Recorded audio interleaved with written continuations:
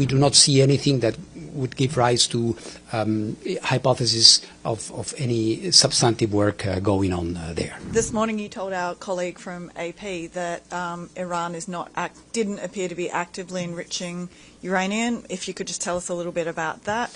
And then that you had recently, or the agency had recently detected some renewed movement at the nuclear sites. What sites, what movement, what's being moved?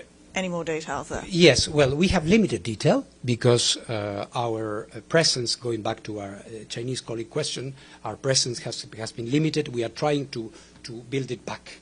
And we are inspecting in Iran, not at every site that we should be doing it, but we are gradually coming back. We are not inspecting the struck or the stricken sites, Natanz, Isfahan and Fordow, to be very, very clear. We are in discussion with Iran. They are arguing that for security reasons there should be a discussion on how this is going to be done, but one cannot say that there is not, we are not having a conversation. And I think in terms of what we are seeing, we're not seeing anything relevant that would give, this is the reason of how I answered to your colleague this morning, we do not see anything that would give rise to hypothesis of any substantive work going on there. So it's just movement at the site, not movement of normal movement. goods. You know, these are big industrial sites. There are trucks, there are people moving, but nothing that would say, you know, that would allow us to think that there is work involving the material, for example, that is there, or centrifuges or things like that of a certain dimension magnitude. Thank you. Question over there.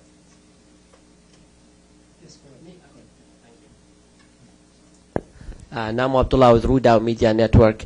I think the Iranian parliament recently approved a legislation to suspend cooperation with the IAEA unless certain conditions are met. I'm asking what concrete steps are you taking to regain full access in order to be able to verify? Thank you. This is part of what I mentioned when I talked about our meetings in Cairo.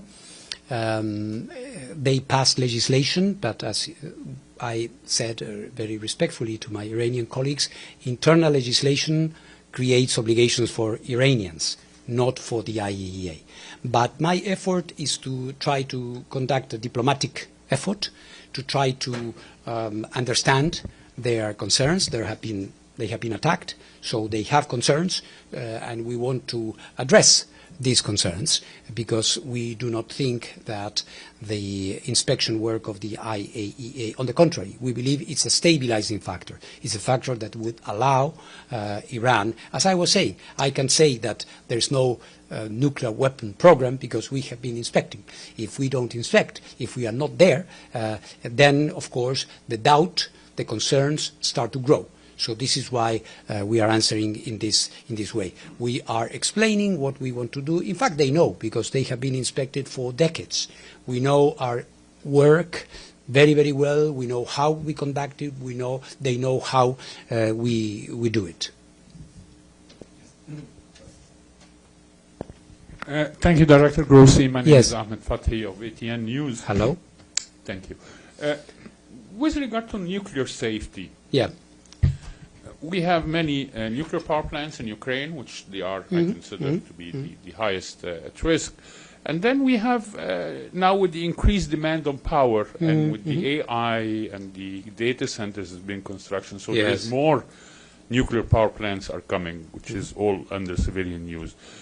What are the safety standards and how do they differ between those reactors built by the US or by Russia or by China or by France?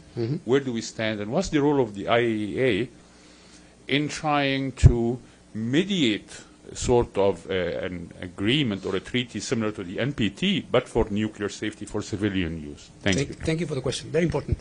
You know, the good thing is that the safety standards are the same for all. The IAEA, through a commission on safety standards and on standards or on transportation, on waste, on all the activities that are related to the peaceful application of nuclear technology are approved and agreed by all.